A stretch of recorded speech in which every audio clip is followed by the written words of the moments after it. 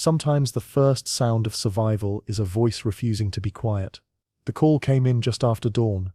A hiker had spotted something near the base of a fallen oak, about 2 miles into the hills. 2 small shapes, barely moving.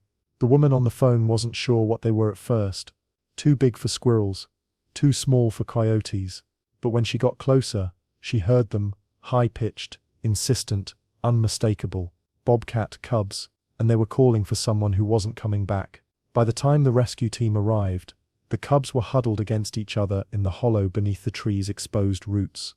Their fur was matted with dirt and dew, their eyes were half closed from exhaustion, but their mouths, those tiny desperate mouths, never stopped moving. One would chirp, sharp and questioning. The other would answer with a softer mew, almost a whimper, back and forth, over and over, like 2 children lost in a crowd, calling out names no one else could hear. The caretaker knelt in the mud and reached toward them slowly. They didn't run, they didn't hiss, they just kept talking, to each other, to the air, to whatever instinct told them that silence meant the end. She scooped them into a carrier lined with fleece, and even through the fabric, she could feel the vibration of their voices, constant, relentless, alive. Back at the Rural Wildlife Rescue Center, the room was warm and still, the kind of quiet that usually settles over injured animals too tired to fight. But not these two. The moment the carrier door opened, the noise began again. Chirps that bounced off the cinder block walls. Little growls that sounded more like questions than threats. The caretaker set them on a soft blanket, inside a warming box, and they immediately pressed into each other, nose to nose, paw to paw, and kept talking. She'd seen orphaned bobcats before. Most of them went silent for days. Shock, grief, survival mode.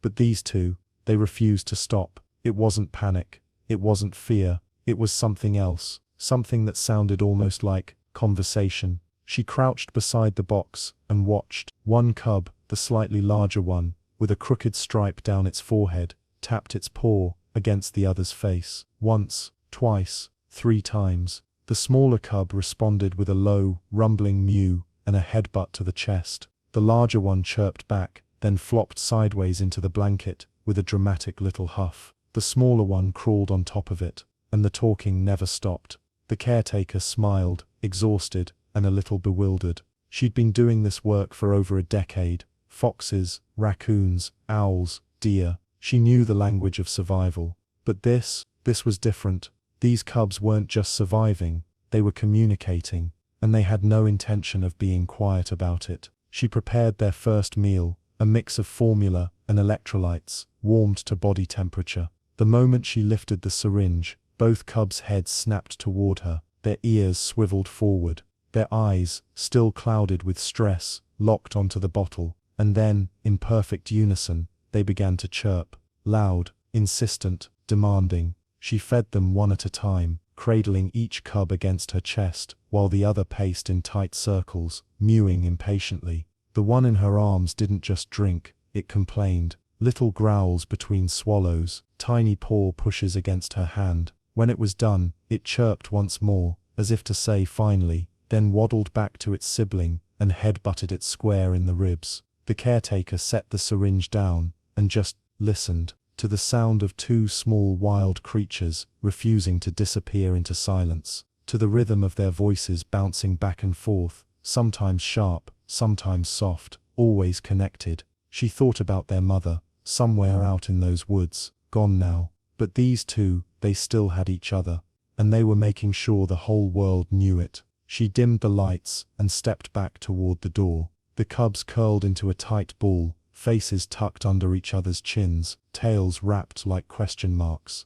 But even as they settled, she could hear it, the faintest hum of sound, a soft, continuous murmur. Not distress, not loneliness, just presence. 2 voices in the dark, reminding each other they weren't alone. The caretaker paused in the doorway, one hand on the light switch. She thought about all the orphaned animals she'd cared for over the years. 2 ones who made it, the ones who didn't, the ones who healed in silence, and the ones who never stopped fighting. And she wondered quietly, to herself, if these 2 lively vocal cubs could hold on to that noise long enough to survive. If their refusal to be quiet was strength, or something they'd have to unlearn. She didn't know yet, but she knew this: she'd be listening.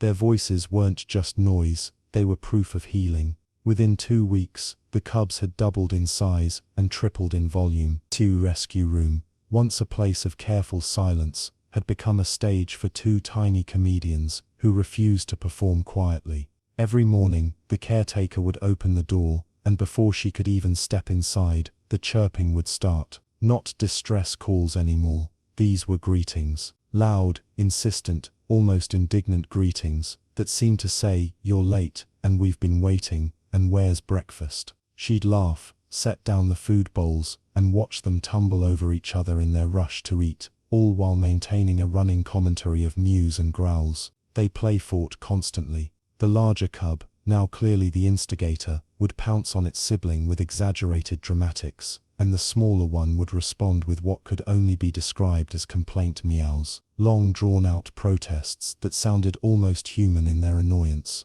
Then they'd roll across the floor, in a tangle of fur and noise, stop abruptly, and curl up face first into the pile of blankets, as if nothing had happened.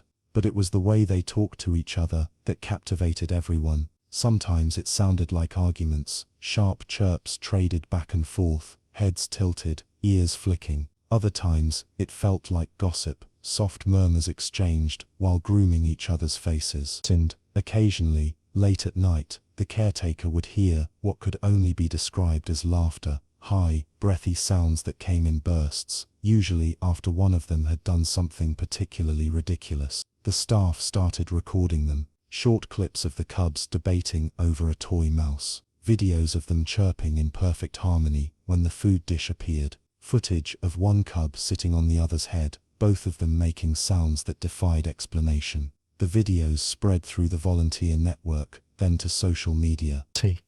People commented, "I didn't know bobcats could be this chatty, they sound like they're having full conversations. Tiny comedians with big opinions," and they were right. These cubs weren't just surviving, they were thriving. Their voices had become the heartbeat of the rescue center. Every chirp, every mew, every ridiculous growl was evidence that fear had transformed into confidence. That trauma had given way to personality. That 2 orphaned wildcats, who should have gone silent with grief, had instead chosen to fill every empty space with sound. The caretaker would sit beside their enclosure in the evenings, paperwork forgotten, just listening, to the rhythm of their play, to the language only they understood, and she'd think, quietly, gratefully, that sometimes healing doesn't look like stillness. Sometimes it sounds like 2 voices refusing to let the world stay quiet.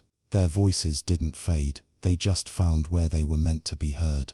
The release site was chosen carefully, a protected woodland with dense cover, abundant prey,